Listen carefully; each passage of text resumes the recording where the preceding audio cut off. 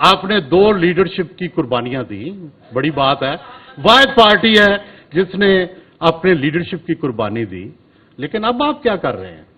اب آپ تو فوج کے جو ہے وہ 2nd کیا 3rd کمانڈ کے سامنے بھی جھک کے آپ سیاست کر رہے ہیں۔ کیا یہ عوامی سیاست ہے؟ کیا یہ آپ اس سے محروم طبقات جو ہیں ان کو آپ کو فائدہ دیں گے؟ تو بھائی بنیادی بات یہ ہے کہ ہم تو آپ سیاستدانوں کے ہمیشہ خیر خواہ رہے۔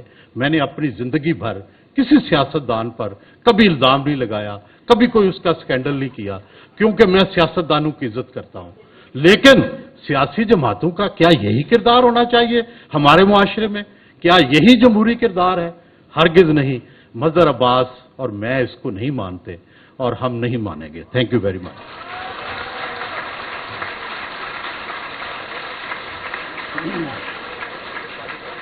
سارے دوست مل کر کے خود پر جو تنقید ہے وہ ذرا عوام کے سامنے سنیں اور محسوس کریں کہ غلطیاں بہت ہوئی ہیں، سب سے ہوئی ہیں، اور ہو سکتا ہے کہ آج کی نشست لوگوں کے دلوں میں کوئی ایک چیز اجاگر کرے اور آنے والے وقت میں یہ غلطیاں درست ہو سکیں۔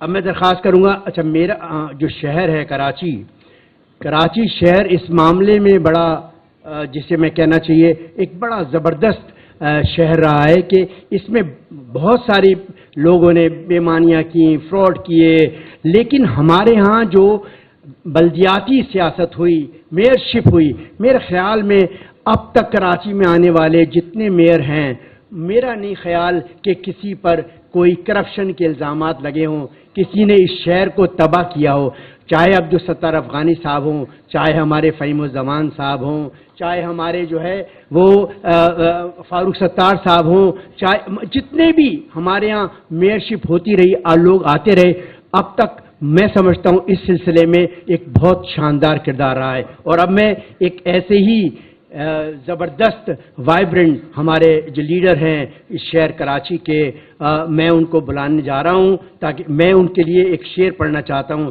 آپ کی اجازت سے۔ ہم صبح پرستوں کی یہ ریت نرالی ہے، ہاتھوں میں قلم رکھنا یا ہاتھ قلم رکھنا، اور یہ واقعی فاروق ستار صاحب کو میں جتنا جانتا ہوں شاید یہ مجھ سے ذاتی طور پہ واقف نہ ہو، لیکن ہم نے اسی وقت میں سیاست کیے، ایک اچھے لیڈر رہے ہیں، اچھے کردار کے مالک رہے ہیں، ہمیں اسی قسم کے لیڈروں کی ہر تمام جماعتوں کی طرف سے لوگوں کی ضرورت ہے۔ جناب فاروق ستار صاحب۔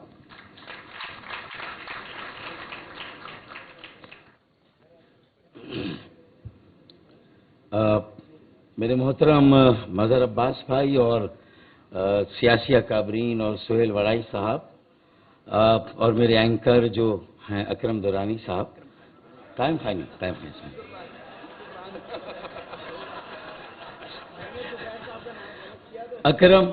اکرم قائم خانی صاحب، اور آج کی یہ اتنی اس قدر انلائٹنڈ آڈینس جو یہاں پر بیٹھی ہے، السلام علیکم۔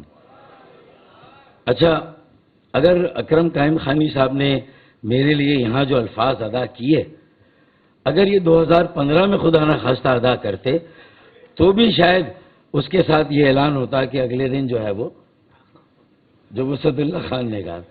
تو میں وسعت اللہ خان کو یہ بتانا چاہتا ہوں کہ دیکھیں بھائی، یہ انہوں نے 2015 میں یہ الفاظ ادا نہیں کیے ہیں، یہ 2024 میں انہوں نے یہ الفاظ ادا کیے ہیں۔ تو میرے خیال میں ہم تھوڑا سا پریزنٹ ٹائمز میں بھی آ جائیں تو میرے خیال میں بہت اچھا ہوگا۔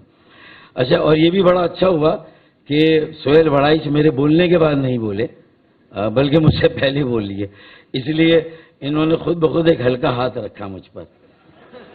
اگر میں پہلے بول لیتا تو مجھے پتا کہ یہ بہت ساری باتیں اس میں سے بھی نہیں۔ بہت شکریہ آپ کا۔ اچھا جی، میرے خیال میں شاید سب سے مشکل آج کے اس کتاب کی رونمائی پہ جو بولنا ہے وہ حافظ نعیم کے لیے شاید مشکل تھا، اور میرے لیے بھی بہت مشکل ہے کہ آج میں گفتگو کروں، کیونکہ میری اس بات کو چاہے آپ عذرائے مذاق لیں یا سنجیدگی سے لے لیں، مجھے نہیں معلوم کہ میں یہاں جو بات کرنے جاؤں گا اس کے بعد 8 فروری کے لیے میں سلیکٹڈ تھا یا نہیں تھا، میں اگر سلیکٹڈ تھا تو کہیں مبادا نان سلیکٹڈ نہ ہو جاؤں. تو یہ بڑی لینڈ مائنز بچھی ہوئی ہیں یہ جو آج کی گفتگو ہے. اچھا، پھر مظہر عباس اپنے کالم کے حوالے سے ان کے پڑھنے والے بہت ہیں، سننے والے بہت ہیں، اور وہ آج سننے والے یہاں آئے بھی ہیں. اور میں نے بھی اس سے پہلے کسی بک لانچنگ میں اس قدر جو ہے وہ اٹینڈنس یا حاضری نہیں دے گی.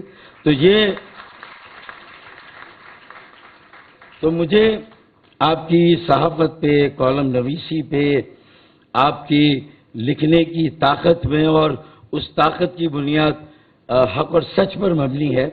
میں سمجھتا ہوں کہ اس پہ مزید کوئی رائے دینا، روشنی ڈالنا، وہ سورج کو چراغ دکھلانے کے مترادف ہے. تو وہ تو یہاں سب نے کنفیشن کیا اور ہم سب بھی کرتے ہیں. لیکن آپ نے جو موضوع چھیڑ دیا ہے اس میں بڑی خوبصورتی کے ساتھ ہم سب سے بہت سارے 164 کے اقبالی بیانات لینے کا بھی اہتمام آپ نے کیا.